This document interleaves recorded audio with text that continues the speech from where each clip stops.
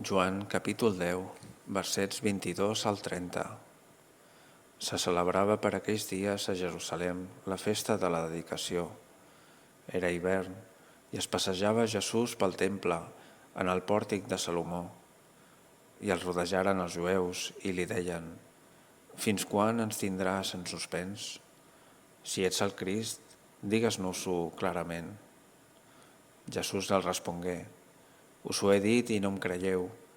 Les obres que jo faig en nom del meu Pare, aquestes són les que donen testimoniatge de mi.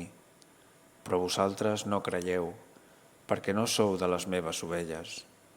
Les meves ovelles escolten la meva veu, i jo les conec, i elles em segueixen.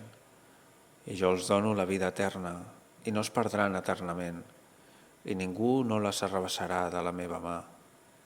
El que m'ha donat el meu Pare és més gran que tot, i ningú no pot arrabassar-ho de la mà del Pare.